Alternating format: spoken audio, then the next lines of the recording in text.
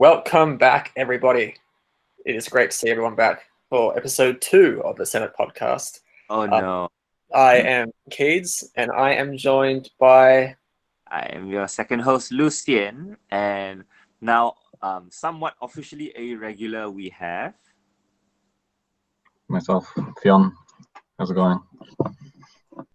Eventually we're gonna have to make nicknames for ourselves. You know how everyone on Twitter now has this handle that begins with FPL? FPL. Yeah, FPL something, FPL this, FPL that. Yeah. I probably make like my nickname to be FPL fuck your rank or something like that. Yeah. Just to give like no one else credibility. But okay.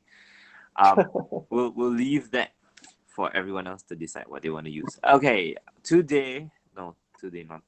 week, we're gonna pay tribute to a special day that was supposed to happen on a particular day of the week.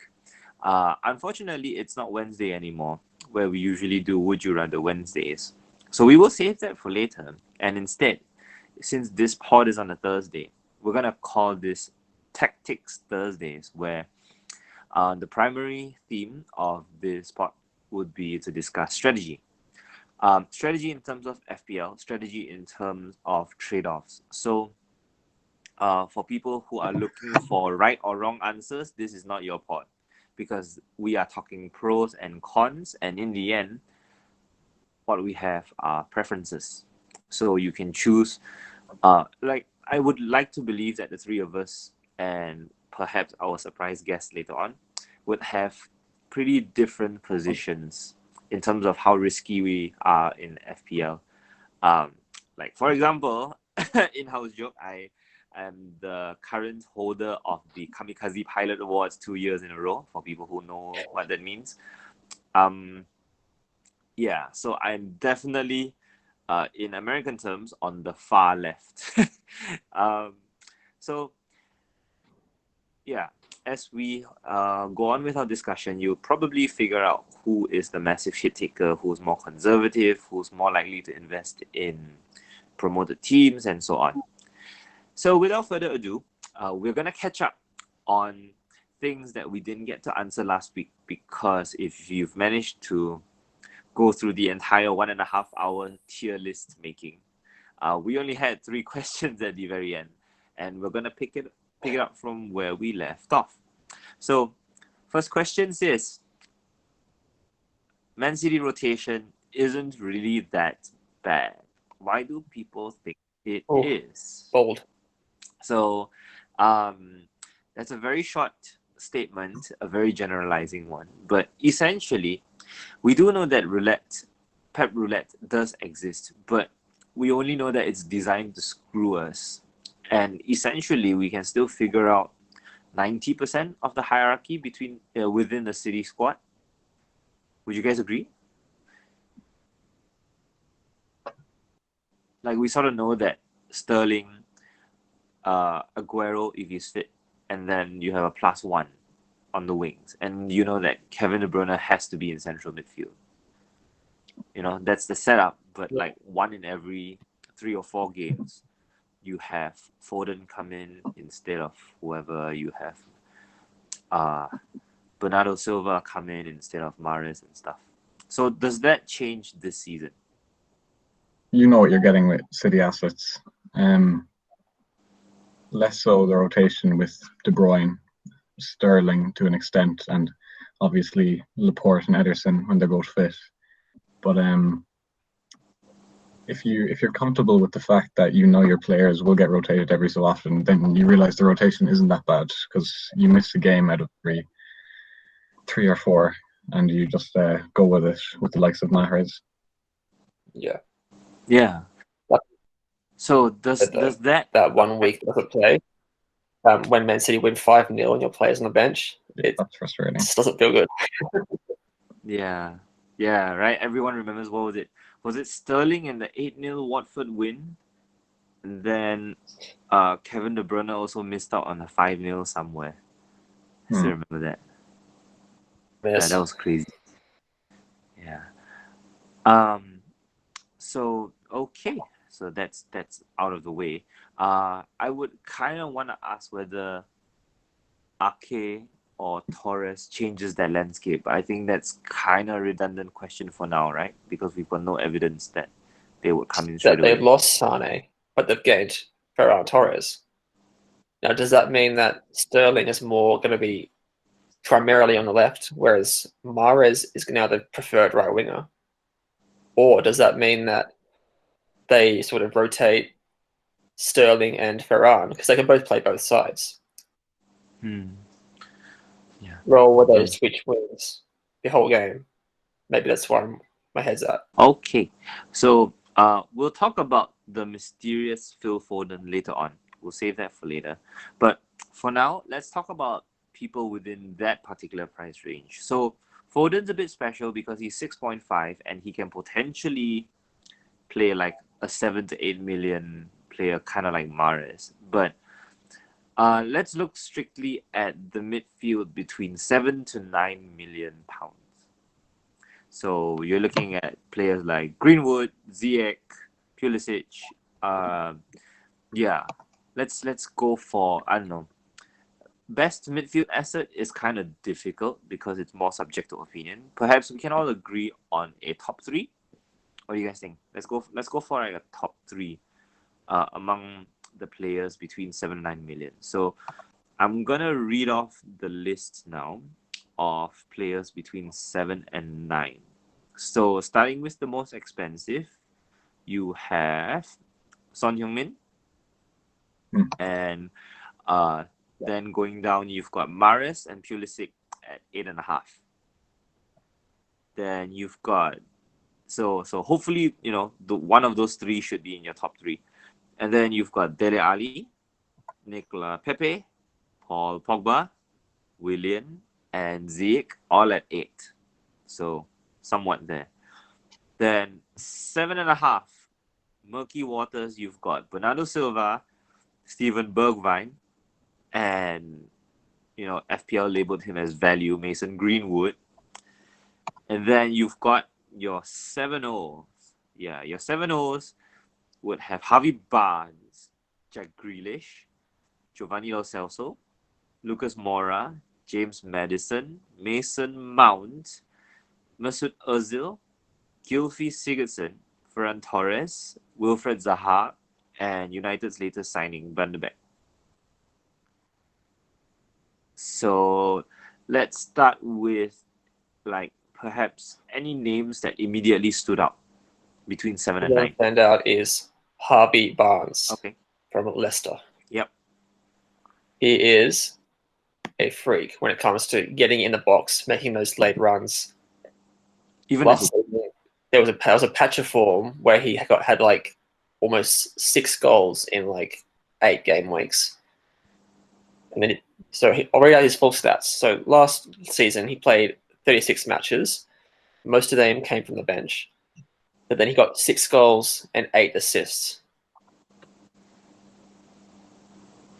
I think that for 7.0, for a Leicester side who are now technically a top 6 side now.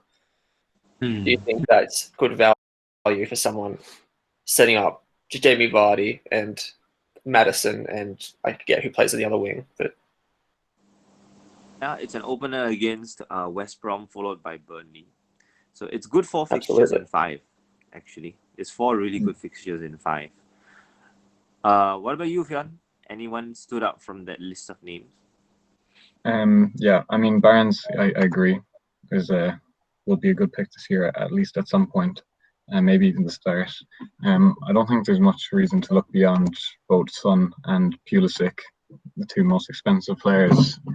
I think they obviously will be high point scorers, but I suppose one person who I expect to be around this exact price bracket and hasn't been added yet would be James Rodriguez. And it seems like he's all but confirmed really for Everton. And I am expecting kind of big things from him. Anywhere around kind of 8 million, 8.5. Everton does feel like one of those teams that's starting to make themselves more international. I mean, not that they aren't, but they still had a very domestic feel about them, at least compared to teams like West Ham that had their talisman around players like, you know, Payet in the past. Yeah. But anyway, let's not segue off to Everton just yet. So Keeds would give Barnes away, and Fionn, you're looking forward to James, but so you're looking more at Son and Pulisic. For myself, after doing a lot of tinkering, unfortunately, without Jadon Sancho's news confirmed, Greenwood still looks like the most standout option, at least for game week 1. Yeah. I know I mentioned that I had a huge bias against Man United last week, but it's not a permanent bias. It's more of a bias against their longevity. So, United tend to be streaky in the sense that they start well and eventually they get found out, especially against smaller teams where they can't break them down. So we're basically waiting for that, either the fatigue or, you know, Ole being found out. And at this stage, Mason Greenwood is still a relatively unknown quantity, especially since he's only 18. Anything can happen. Literally anything can happen. Like, players under 21 are still growing. So, you know, you imagine like Danny Welbeck at 18 years old compared to the Danny Welbeck at Watford now. It's pretty different, you know, your body shape changes and stuff like that. So, in that sense, Greenwood for me has still the most upside, the most potential, because he is still playing for the best squad on paper among all these squads given. I would still rank Chelsea above Man United, but the caveat is that Ziyech and Pulisic are technically still flagged. So given a fully fit squad, I would pick Ziyech as my top pick. But as things stand, Mason Greenwood, despite the blank, I would actually recommend having him in there if you do not mind having a blank player. Yeah, so Mason Greenwood for me. Okay, so moving on. A very general question, but I think we'll leave the answers as short as possible. New players you are most excited about? So, Well, I think you answered that question with James Rodriguez. Yeah. Yeah, so that's like shiny new. But was there anyone that you were more interested in, like, prior to James? Like who excited you most before James? Well, I mentioned earlier that I was interested in Mateus Pereira from West Brom. I know he played for them last season, but I think he's going to be a top player. He really does look the goods. The only thing that worries me is he plays for West Brom. So is he a Pookie or Grealish? I just think that, you know, in the Championship, the West Brom were a pretty semi-dominant team. They were dominating possession. He was getting like loads of chances created. I don't think he's going to be suited for a relegation scrap heap where they're grounded to get possession like 35%, 40% possession, and he has to like play sort of more directly. Maybe it might work for him, maybe not. But yeah, it's definitely a wait and see. Well, it also applies for Ebere Eze for Crystal Palace. I'm really looking forward to. I've heard a lot of great things coming from QPR fans in regards to him, and it looks like he will be the direct replacement for Wilf Zaha if he does end up leaving. So we'll see how that plays out. Okay, fair. And Fionn, besides James or prior to James? I mean, still Timo Werner. I mean, we spoke about him, I mean, all throughout the last pod. I mean, there's no one massively jumping out to me now that I think about it. I'll probably stay away from Pereira just for the start, just because I don't really trust any of the promoted sides, but I do rate him as a player. I think he definitely got like double-digit assists last year anyway, and he had like some of them, maybe the third most shots on goal or shots after Mitrovic and Bamford or something. So something like that. He's definitely one to keep an eye on. Nice. Okay.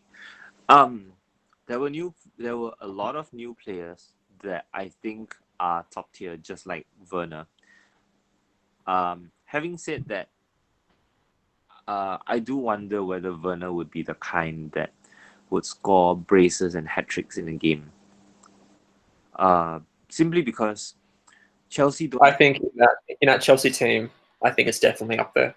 It's definitely a high probability. Yeah. So put it this way. We're relatively experienced FPL players, and we know that usually players that get double-digit scores occur under like only two usual scenarios. The first being, the team basically blows out another team, like how City beat Watford 8-0, how Leicester beat Southampton 9-0, and then you have multiple players that get on that score sheet, like Ayuso Perez and stuff. So that's the first scenario. And then you've got a second scenario where a team revolves around a talisman. And that talisman... And that relates to that whole idea of, the amount of talent they have in that Chelsea team. You got, Ziyech, you got Pulisic, you got Mason Mount, you got coming in. Werner is just going to be that epicenter in that attack. Everything's going to be flowing around him. Even if these wide men don't put chances away, he's just going to be there to put chances away if they set him up. I think that's going to be he's as close to essential as you can get, basically. I mean, I would agree. I would agree that he's essential, but I just don't know whether Werner would be a talisman. Like how. I just agree. I think he is. Okay, that's fair. So, for me, the most exciting position is actually in defense, because honestly, we've not had a lot to work with. Like the teams with the most clean sheets last year were basically Liverpool, Burnley, and Ederson. Right? No Man City defender kept really a lot of clean sheets because they barely started regularly. So it was just Ederson, Burnley, and a Liverpool defender. So the real question is, have any sides upgraded their defense enough to make a case for having more clean sheets? And this is, for me, where Ben Chilwell becomes a real option. Especially since neither Alonso or Emerson have really stepped up. This Ben Chilwell move probably moves Azpilicueta back to his original really good position. The addition of Thiago Silva also really helps. And we've seen what Ben Chilwell does for Leicester. I strongly believe that he could actually do the same kind of damage for Chelsea with that talent around him. So he's not going to be a talisman, but he excites me in the sense that the moment Chelsea figure out how to play, in addition to the clean sheets, Chilwell is going to be like a really strong force, at least in my opinion. So that's what really genuinely gets me excited, when a defender suddenly can get attacking points. Oh man, that is it's definitely interesting to see how Ben Chilwell does in all him being just incredibly inconsistent at times at Leicester. And some days he'd blow you away and think, okay, this guy's a great, this guy's a beast. Then he'd have games where you think, why is this guy even playing for a top 4 team? It's like, you got to keep in mind he's like early 20s. I think he only 23 this year, so that happens. Really. I just think that you might get a lot more attack from him, but defensive wise, he can be a bit suspect at times. Yeah, kind of like Alonso, kind of like Emerson. So I don't really know. I mean, I'm not ruling him out. I'm not going to write him off now, but it will take time. For him. Okay, now, all right. Looking for out of position players, I don't think we can talk about that yet. So let's go into the premium player discussion, like really premium, top of the top, creme de la creme. That's the word. All right. So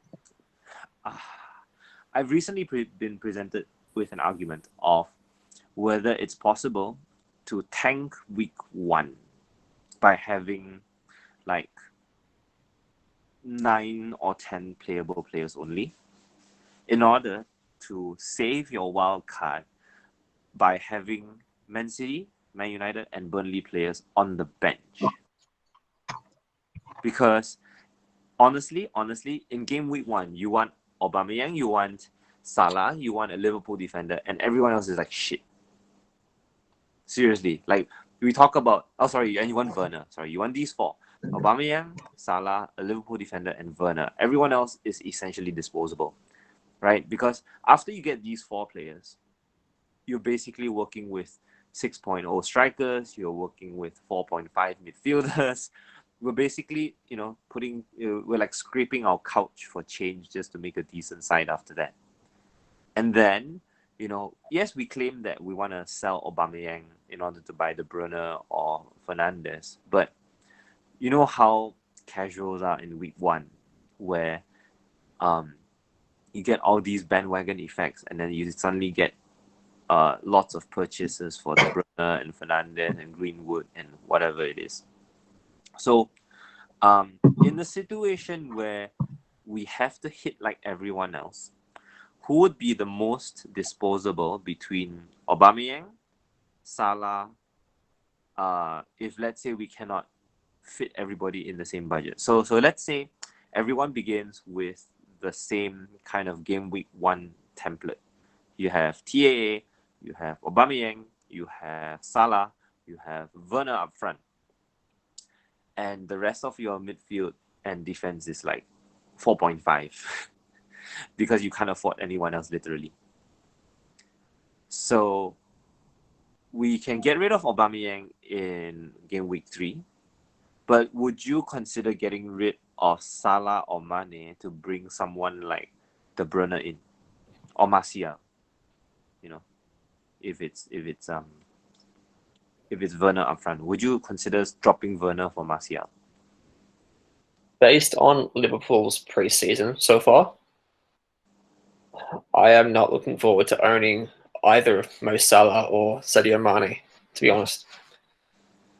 I just think they're a bit hungover from last season's success. The possibility that they've scored more than 3 goals in game week 1 every year for the last 4 years.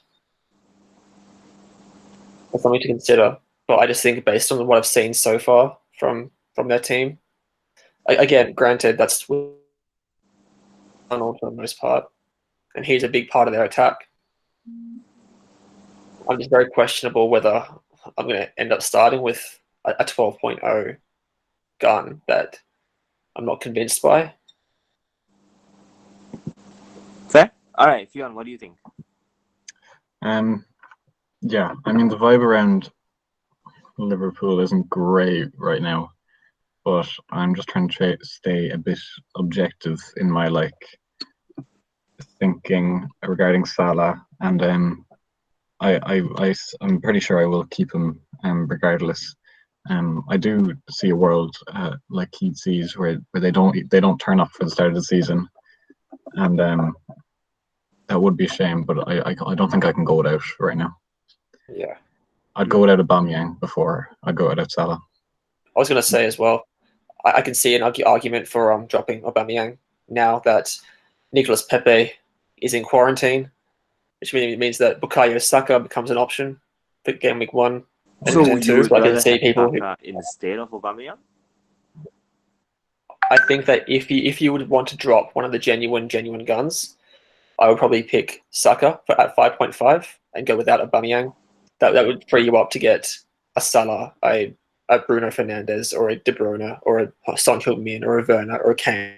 You can spread those funds that you're getting by dropping Aubameyang, like, worthwhile. I can see the argument for that. Yeah. I'm genuinely considering it. Although I just can't bring myself to not start with Aubameyang, being an Arsenal supporter. Yeah, no, you know what? I share the same position. My current draft has Aubameyang and Bukayo Saka. And I plan to drop both on game week 3 itself. Yeah. Yeah. My real dilemma is what to do about Mohamed Salah. That I'm still like hands in the air on that one, up in the air on that one. Okay. Yeah. Okay. Last one from the questions that we have. How does Kai Havertz all but confirmed play into your decision on buying Chelsea? Because as things stand, you've got Werner up front, you've got 4 players fighting for 2 attacking forward positions, Ziyech, Pulisic, now Havertz, Mount maybe. Yeah. Chill. It's a lot. It's a lot. So yes, if Havertz comes in at 8.5, 8, is he a better consideration over Ziyech or anyone at Chelsea at the moment? I still believe that Werner and Pulisic are the 2 best Chelsea players to get. I agree with that. I think Kai and Ziyech only increase the potential Pulisic and Werner offer. Yeah, in particular, is that those diagonal passes. I think he's going to give you a lot of those assist to the assist players. Yeah. Yeah. An interesting thing that I noticed about Chelsea is that Werner does have a potential to play alongside a partner up front. I'm not sure whether you guys caught the highlights of the Chelsea friendly against Brighton, but Werner managed to score so quickly against Brighton simply because of the extremely hard work put in by Tammy Abraham. So if Abraham is in there, it does kind of serve as a Giroud type foil for Werner. So I've got nothing against Werner, but I do feel that Lampard would consider running a 4-4-2 or variations of a 4-4-2 in order to accommodate Werner's potential with Abraham up front. You guys get what I mean? Yeah, it is no secret that Werner does do well in a 2 up front rather than being a lone striker. Yeah. That's why he was so good for Leipzig, but then not as good for the German national team. That makes sense. Yeah. So in that sense, if Abraham has to be in there, it means that one of Havertz, Ziyech, and Pulisic cannot play. Does it though? I mean, you can only have 2 players behind those 2. I don't think Lampard would be that brave to put 3 attacking midfielders behind those 2. I don't think Tammy played in that friendly against Brighton. I think he set up the assist, no? I was It was Callum Hudson-Odoi headed it down to thing, and Ziyech crosses into Callum. So yeah, I was going to say I didn't watch the whole game. I just saw the highlights, and I thought it was definitely Hudson-Odoi that set up the goal. Yeah. Okay. Well, yeah. All right. In any case, Havertz, we still don't know where he would fit. So, anyway, I'm pretty sure we all unanimously agree that it's a good thing how Havertz plays into this. I also want to give kudos to how Chelsea basically lowered their starting 11's age by 10 years. I'm pretty sure. Right? You lose Willian, you lose Pedro, you bench Giroud, and you bring in 3 players that are like under 25. Right? You've got Kai, you've got Werner, and now you've got Chilwell and Ziyech. Yeah. It's a dream window for them. Yeah. This is like fantasy football manager scenario where you like. I think Ziyech is like the oldest player they have now in the starting 11. Who, Aspi? Or is it Thiago? Oh, Thiago, right? Thiago's the one. Yeah. Obviously, apart from Aspi and Thiago Silva, but yeah. Yeah, that's crazy. I think all they have to do is replace Kepa, and then they're like good to challenge for Europe. Yeah. Yeah. Okay. Now we move into part two. All right. Part two pays homage to a fantasy podcast that I listen to still quite regularly. This segment is called Start or Done.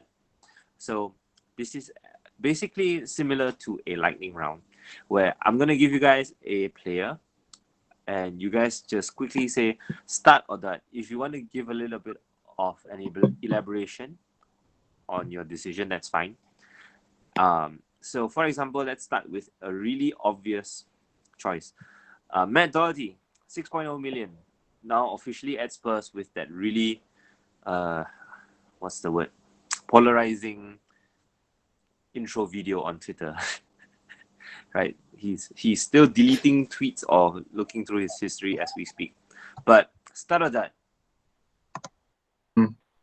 I've thought quite a lot about it, and I'm gonna say stud because I trust Mourinho has bought him for reasons that are gonna play to his strengths.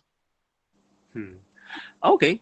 Well, Matt Yeah. Doherty. Argument I can have for arguing a stud is that the way Serge Aurier played last season, I think that Mourinho wants to set Doherty up as that guy who's in the box, Yep. waiting for those far post crosses from who's the other side, like Son or Bergwijn.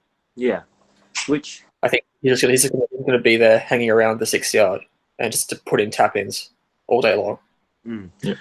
Well, with Matt Doherty, he doesn't do tap-ins. He has to crash above the opposition fullback into goal somehow. Yeah, that's Matt Doherty. He doesn't do finesse. But agreed. He would be hovering on chances like that.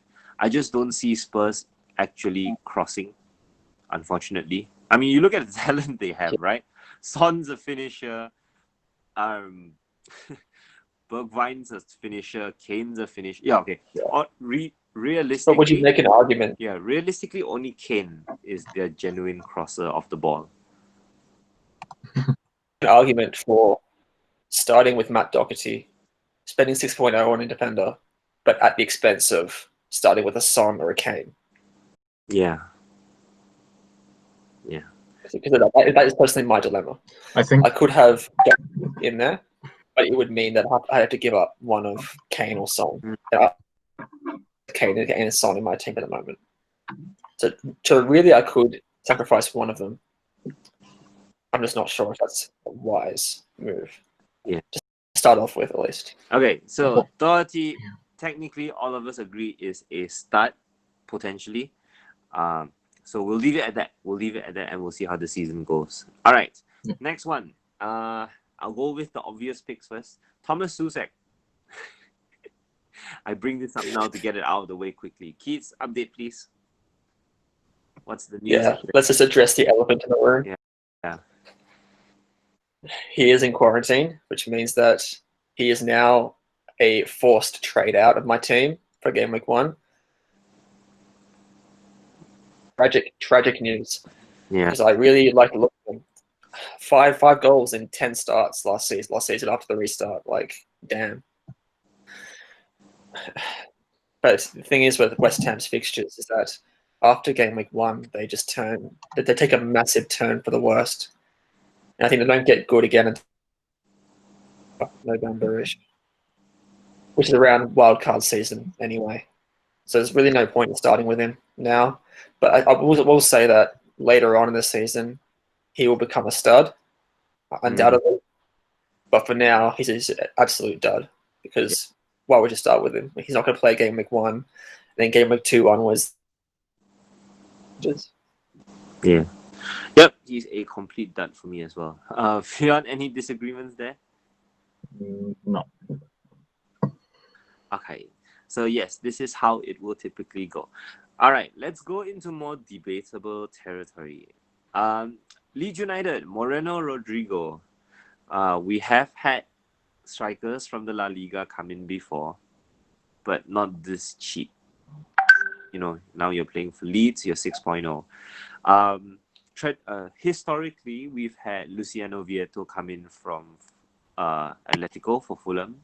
We've had what's his name, Soldado, come in for Spurs, also from Valencia, I think.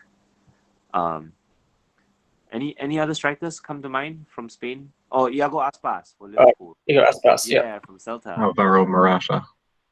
Yeah, Morata for Chelsea. There we go. So most of them usually in the 9.0 range. I think Iago Aspas started at 7.5 in his first season. But besides that, something around we're that. looking at someone in the Vieto sort of caliber. So is Rodrigo over? Start with that. Moreno Rodrigo. With discussion in the Senate group, I've realized that his goal and assist record isn't as good as people think it is. Yep.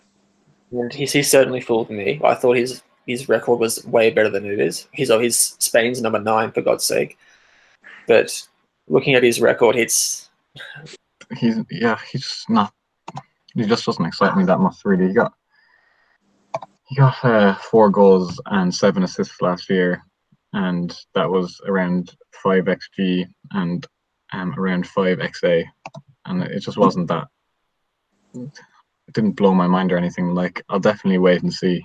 I'm very confident I won't have him start anyway. Okay, so is it a dud for now? Yeah, dud for me. Okay. Yeah. Unfortunately, Rodrigo played in a very cursed Valencia team. Yeah, Valencia over the last few years have been very mismanaged, especially with that Chinese owner. So it's unfortunate that Valencia's output as a whole has decreased. But there it is, because honestly, they had some of the best peak age players in that squad, such as Kondogbia and Jose Luis Gaya at left back. Many high hopes for them, but yeah, it seems like they've squandered all of that. So okay, we'll see what happens from there. It's 3 duds for now. All right. Speaking of having bad stats from a foreign league, now we come to the good stuff. He signed literally yesterday. Donny van de Beek, 7.0. 7.0. So, is he better than Harvey Barnes? I know he's not the same. But he probably would come in for Pogba, since Pogba's also in quarantine. So, yeah. Some people have touted him as a rotation option.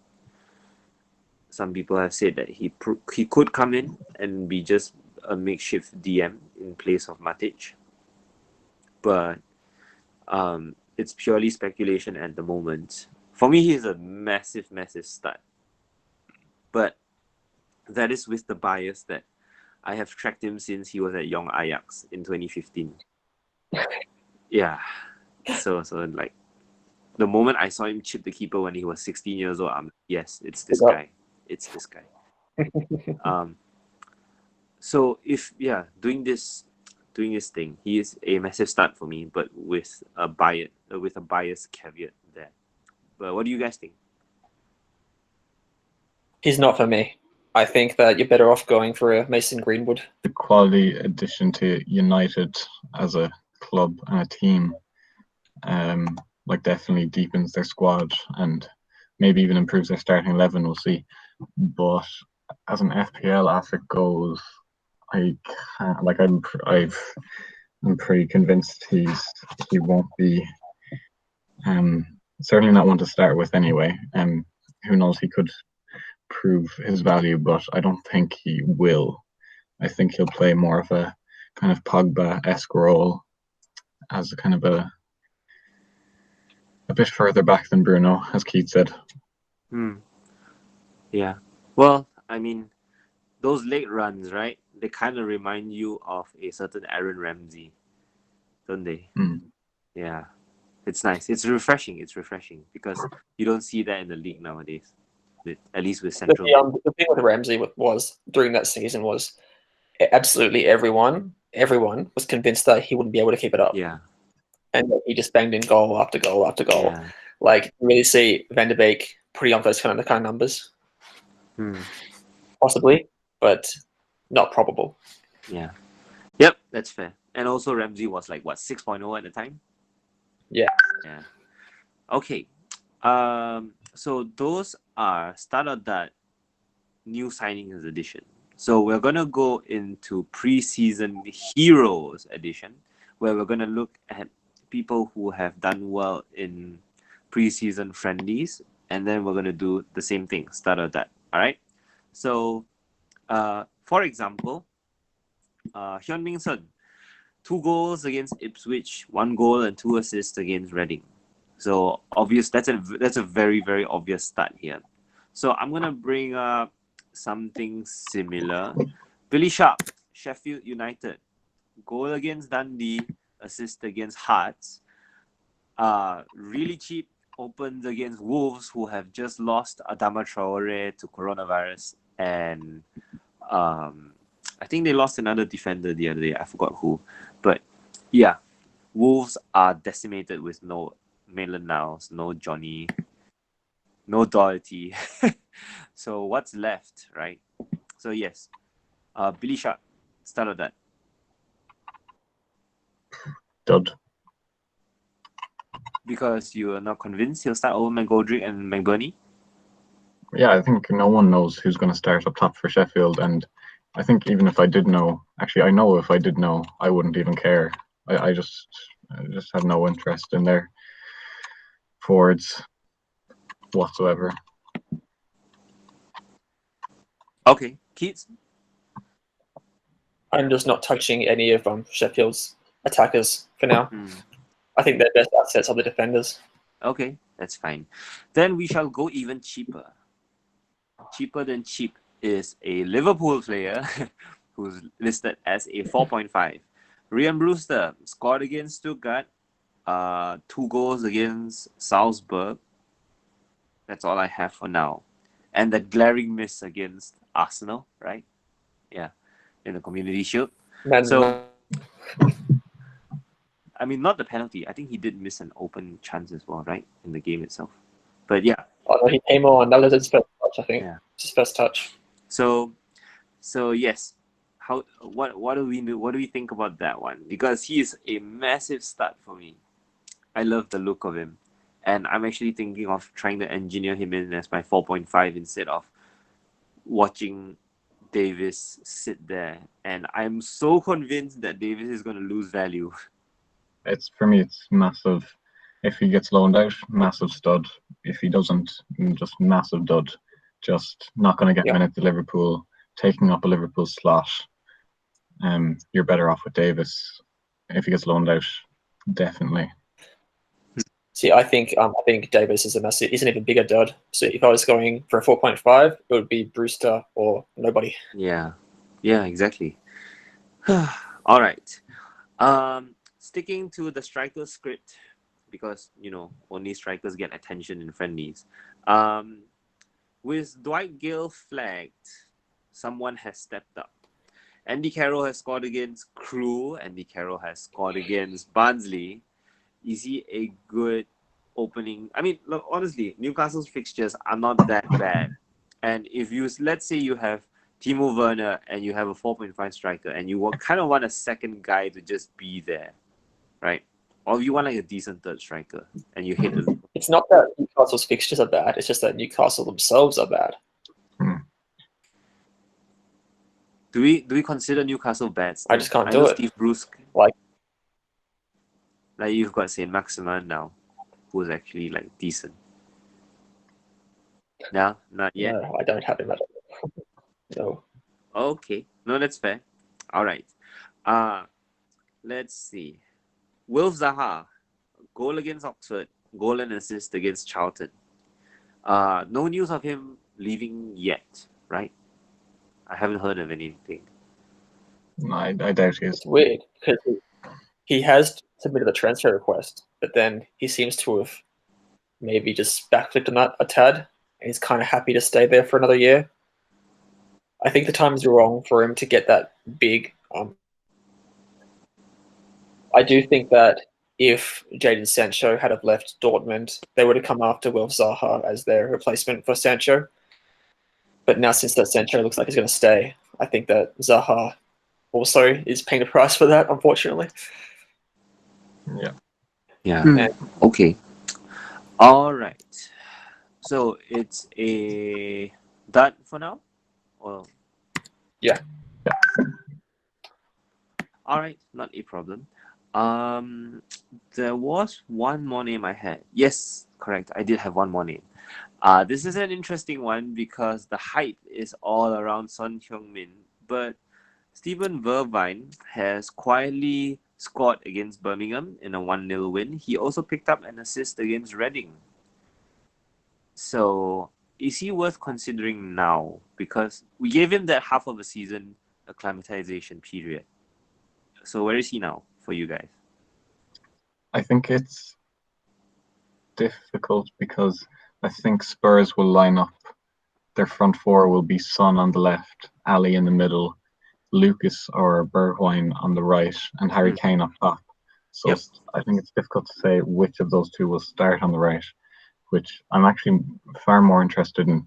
A, Son, obviously, but also a little sneaking interest in Dele Alli. Yeah. Yeah. Okay, that's fair. So, still a dud for you? A dud. Bergwijn, yeah, until I know where he's or if he's playing. Okay. Keeds? yeah, I have to agree. Okay.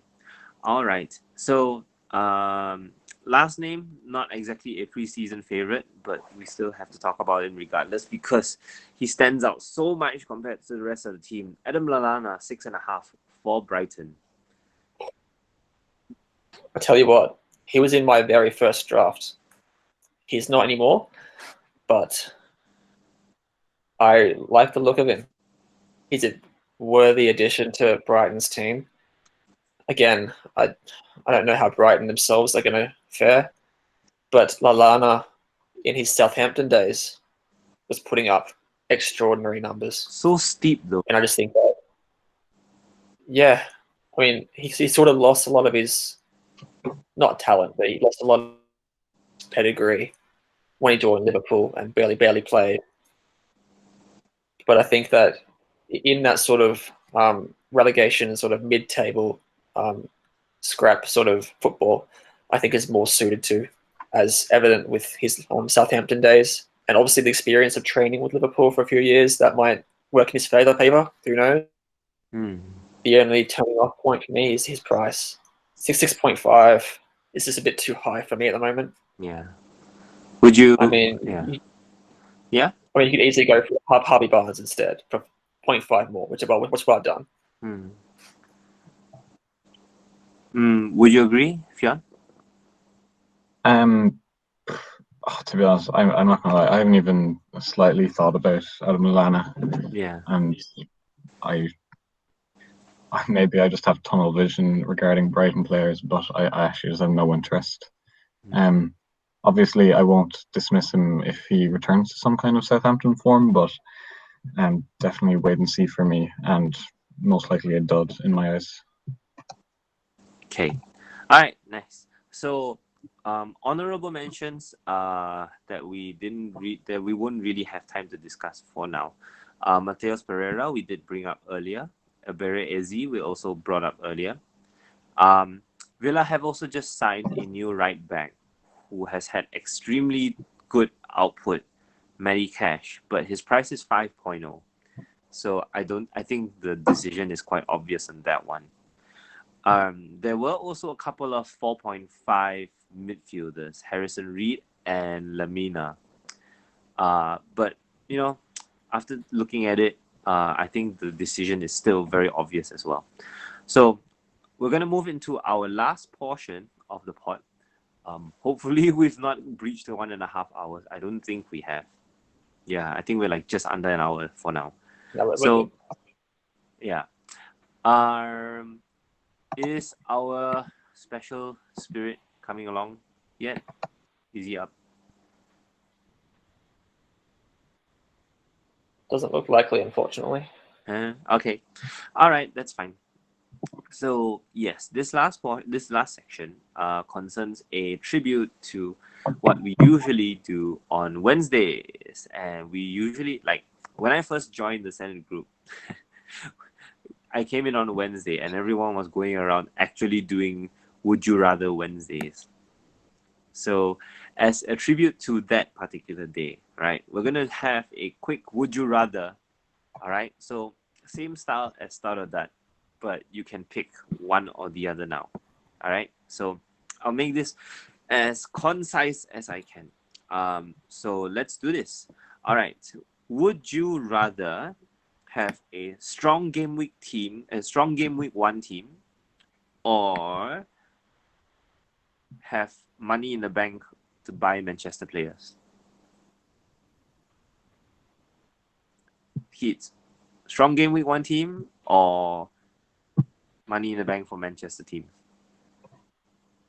There is going, or it has been going around for quite a while now, that FPL is not a sprint, it's a marathon. I completely disagree with that saying. It's not a marathon, it's a series of sprints. It's a relay race. So you don't want to plan too far ahead, if that makes sense. Game week 1, 2 is another sprint. So you want to maximize your points for game week 1, first and foremost. And then after that, you work on to game week 2. Whether you want to bench a Mason Greenwood or a cheap United asset for game week 1, that is all. But you can't sacrifice your game week 1 team just for getting someone in for game week 2. That being said, if you want someone like a Bruno Fernandes who costs 10.5, and you think you need that money to be able to upgrade a Son Heung-min to Bruno game week 2, that could also be an option. But if you're using the money to upgrade someone like a Harvey Barnes to a Bruno Fernandes, or someone in that price bracket, that's like a 3.5, 3 million difference. And that for me is too much to leave in the bank. Way too much. So I'll go with maximizing your points for game week 1, and then figuring out how to get them in at a later date. Once you've got those points banked from game week 1 to fall back on. Okay, all right, Fionn. Yeah, I mean, I mostly agree. It's just one of those questions that gets asked every preseason: how much money should I leave in the bank? And there is no answer. You do what you think will earn you the most points over a set of weeks, however long that may be. I think it would be a bad idea to load up on United and City assets and just sacrifice game week 1. I think if I do have any United or City assets, it'll be 1, 2 at most, probably 1 at most, if even 1. But yeah, you really have to focus on the game weeks ahead, and as Keith said, don't plan too far ahead, but have an idea of where you're going to go. Yep, that's good. Okay, as for myself, I am a very strong proponent of maximizing value. So honestly, unless I have a transfer planned immediately after that week, the moment Sunday games end, I would have no budget in there.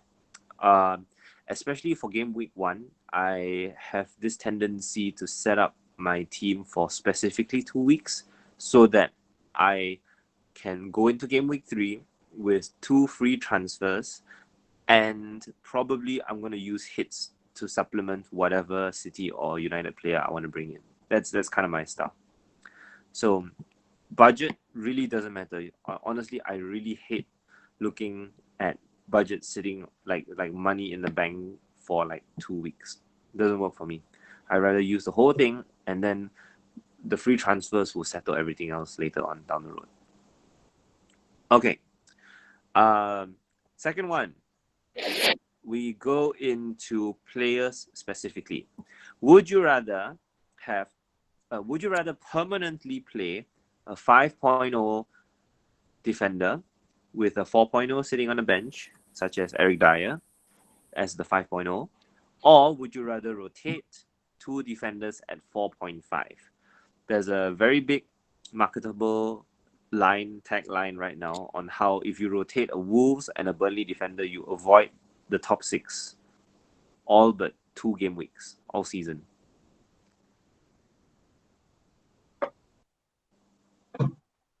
I don't hate it. So would you rather permanent 5.0 But in or that- rotate? It's not an easy question to answer, but I'd lean more towards the 2 4.5s. Just because for myself, I know I'm going to focus more this year on flexibility of my squad and its ability to adapt and survive multiple game weeks and injuries and the likes. And it only makes sense that 2 4.5 options would do that. Yeah. Okay. All right. Then let's go into the bigger picture. Would you rather rotate these 4.5s with a strong defender midfielder like TAA, so big and small combo, or would you rather have 3 mid-priced set and forget defenders? So, for example, if you had TAA and 2 4.5s, that adds up to about 16.5.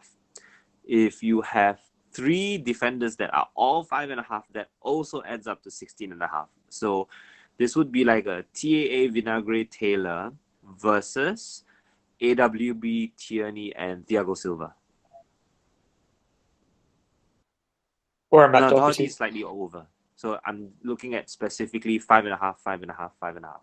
Right.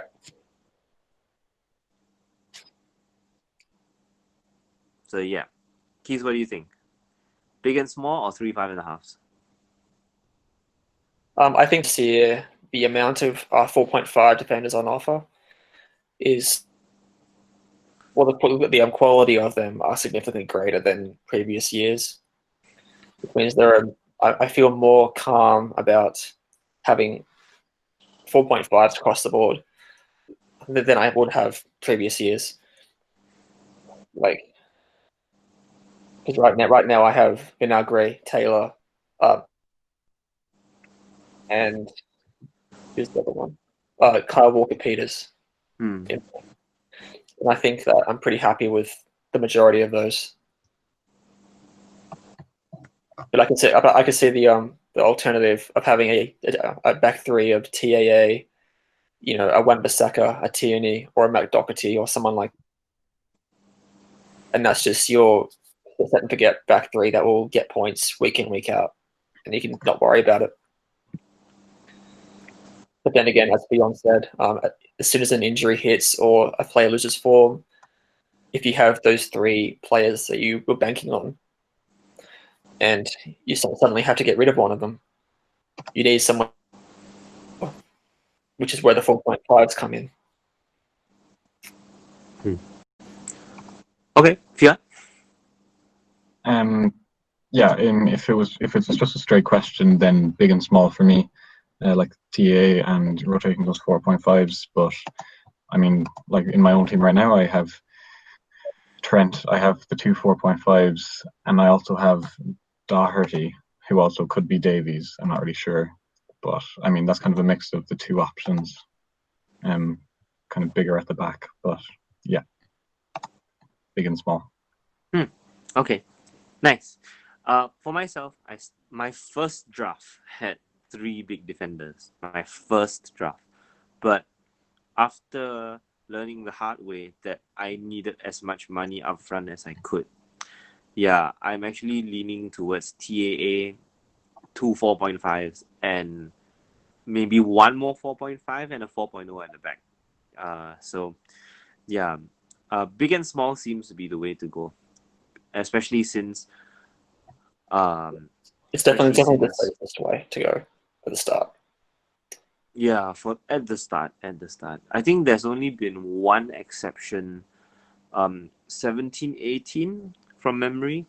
Yeah. Where there were like an absurd amount of clean sheets at the start of the season, and the 5.0 defenders were like picking up bonuses and assists like crazy. I forgot which season it was. I think that year, like almost everyone in the Senate had. Who was it? It was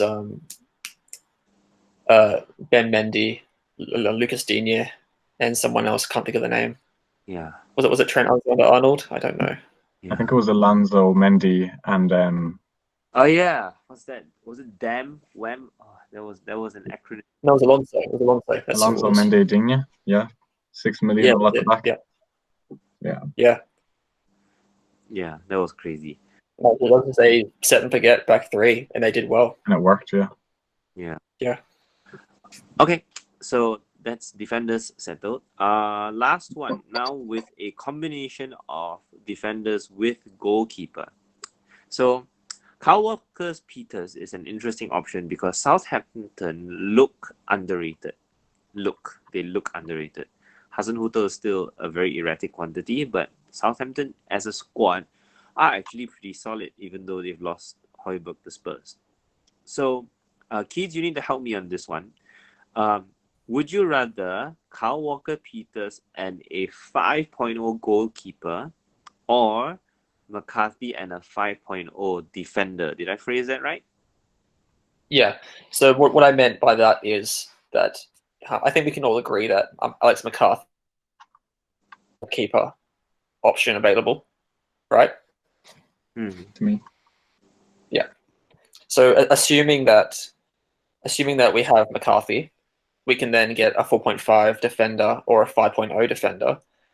Alternatively, instead of McCarthy, we can get Kyle Walker-Peters. But then the task of getting a 5.0 keeper, provided you don't want Matt Ryan.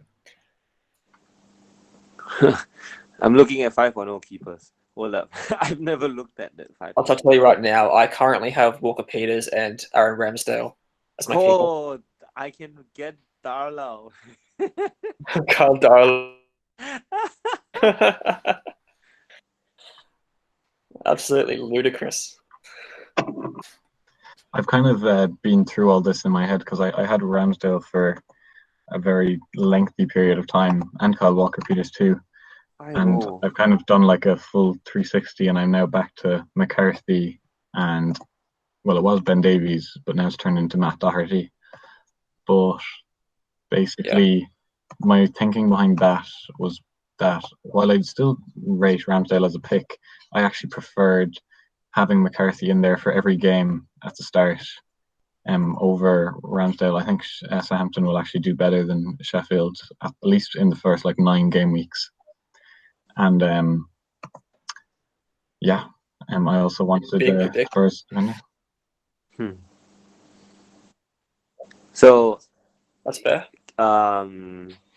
McCarthy for everyone, I guess. That seems but Ramsdale is my pick for the 5.0 keepers, definitely. Yeah. So question is, who would your 5.0 defender be? So I know Fionn has upgraded it a bit more and gone to Doherty, right?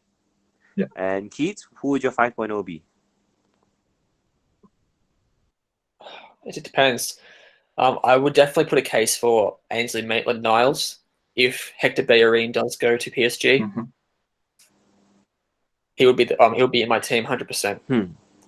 Okay. Options available. 5.0. Let me just quickly open up 5.0. the transfer. My gosh, 5.0 is hard. Yeah, it's an awkward price. I'd almost be tempted to go for a smoky Matty Cash. Yeah, Otamendi. You got the Sheffield defenders like John Egan, Chris Basham. Yeah, those kind of guys. Wow. Why is Ajayi 5.0 from West Brom? So weird. No, 5.0 is very, very weird. Gosh. Yeah. Connor Cody is 5.0, but then you have in 4.5, so he's kind of irrelevant. Yeah. Seamus Coleman is 5.0. I mean, but Everton have John Joe Kenny back. Gosh, no. I wouldn't be able to. Yeah, Magalhaes is 5.0, but again, Will Saliba's 4.5, so he's kind of also irrelevant. Yeah. I'd rather go Eric Dyer. Yeah. For now. It's really between the Sheffield defenders and Maitland-Niles with the caveat that Hector Bellerin does go to PSG, which I don't know if that's going to happen, but maybe. Yeah. That Ajay's 5.0 because he got 5 goals last year. Yeah. Okay. All right. Next one. Would you rather? Okay, let's do some quick ones first. Would you rather a loaned out Brewster or Davis at 4.5 with a potential double game week? Brewster. Brewster, 100%. Okay, cool. Even though it sacrifices a Liverpool slot. No, you said Oh, loaned sorry, out. it's loaned out, right? Sorry, my bad. With the caveat that you're based Okay. on deadline day or before deadline day. Yeah. Okay. If he doesn't get loaned out, he's practically useless, and he may as well just sell him for a gun or a mid price. Yep. Okay. Would you rather wildcard in game week 2 or take hits early? I despise like the idea of planning to wildcard game week 2. I can't wrap my head around it. Like your wildcard is like literally your most useful tool available to you, and you have it twice a season, and you technically have one before the season starts. So to almost like throw away your unlimited transfers at the start by choosing to create problems for yourself and solve them 2 weeks in, I don't know. It seems kind of absurd to me.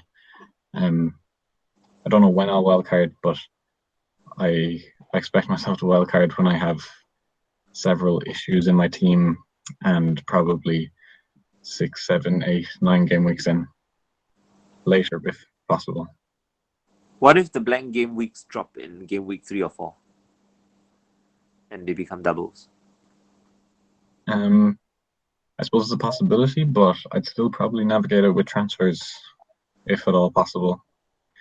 Especially because we don't know what's happening with like future fixtures and stuff. Like I think wildcard could become seriously important around Christmas, or you never know. Okay. Keeds? As you know, I'm heavily against taking hits. I just don't like taking hits in general. Period. That being said, as I kind of have to agree with Fionn there, in regards to the wild card and planning to waste it is kind of like just not very appealing to me. Obviously, the exception was last season when after the restart they gave us all a free wild card, basically, which meant that we still had our second half of the season wildcard to go back to the next week, which had strategy accordingly. That was the exception. That no longer applies to us anymore. I do believe that even though I'm strongly against hits in general, if you were going to do like some 4-point hits, the best time to do it is early in the season, like first couple of game weeks. 36 or so game weeks to make up those points. Whereas if you wildcard, you got 18 weeks to basically be like butt clenched, and hopefully no one fucks up and your team is fucked over. Yeah, exactly. Yeah. All right, cool. Yeah, I would rather hit. I would rather hit. Of course you would. That goes without saying. I would rather hit. Feels good, guys. Seriously. Okay. Mr. Kamikaze pilot himself. Ridiculous. Okay. What's this? Last one.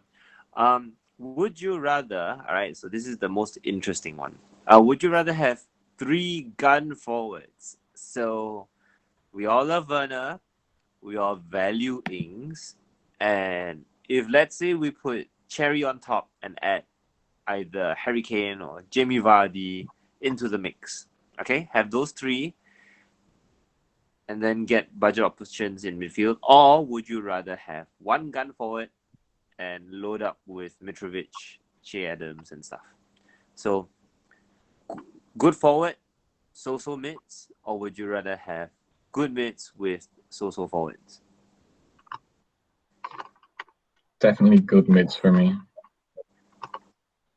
Not that I don't like the good forwards, but I think between Salah, Sterling, KDB, Son, Aubameyang.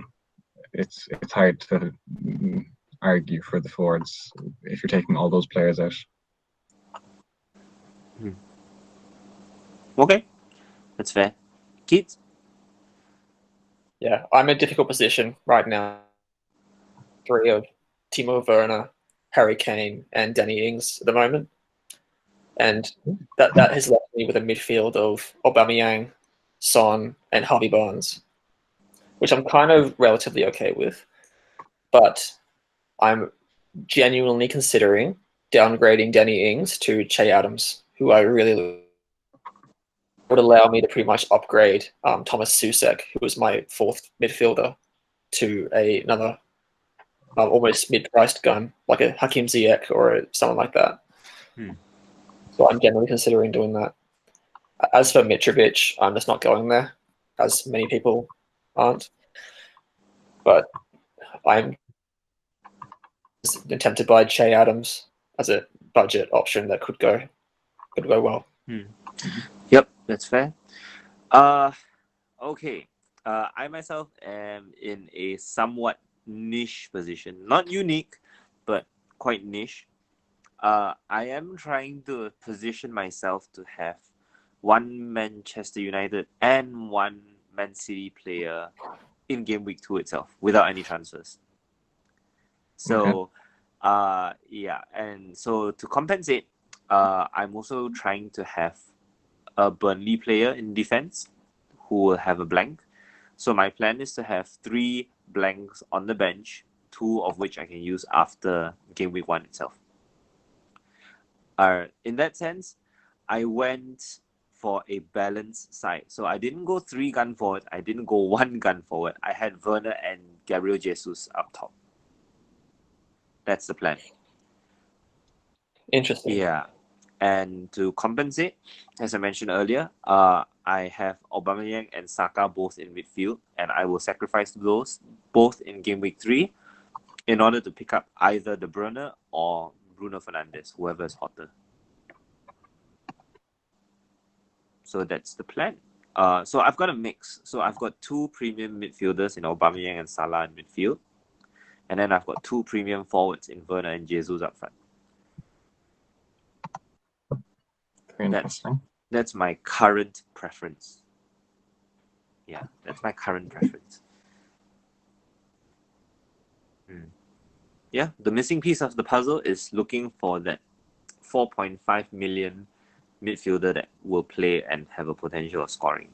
Right now, that is Harrison Reed of Fulham, but that can change anytime.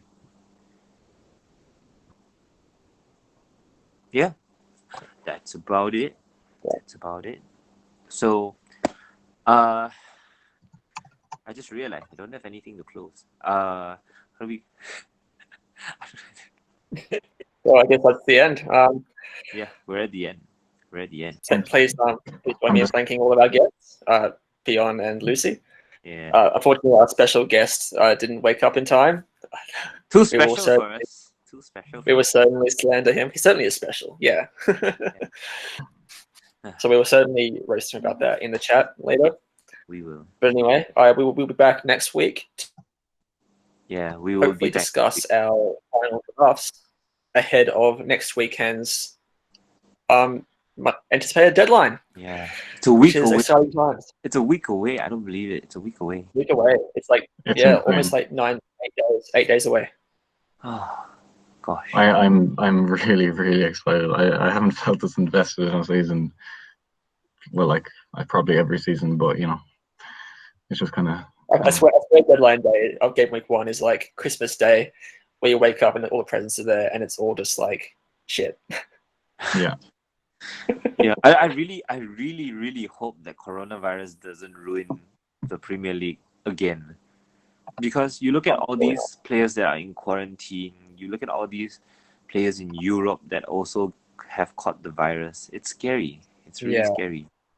And what worries me about that as well is that like the news that broke this morning about Thomas Souček having to quarantine, meaning he'll miss the first couple of game weeks. People like Nicolas Pepe as well, also missing the first couple of game weeks due to also missing the first couple of weeks. It's like we don't know how long this is going to go on for. Yeah. Some players could just, like Rancid. that, have quarantine, and then that has instantly have to be traded out. Yeah. It'll be almost like chaos if that happens. like imagine like game weeks down the line, Kevin De Bruyne gets and then it comes a question of do the masses that own him, the good 50% that own him, have to sell or hold for those 2 weeks? Or do we see constant blank game weeks with players dropping out and whole teams having to drop out? Yeah, I think that just proves that this year is more important. A good balanced squad depth rather than a starting 11 that you're happy with. Yeah. Just to cover all your bases. Yeah, which means less hits for me. But yeah, anyway, so that's the end of the podcast. We'll be back next week, and the Senate will rise. Then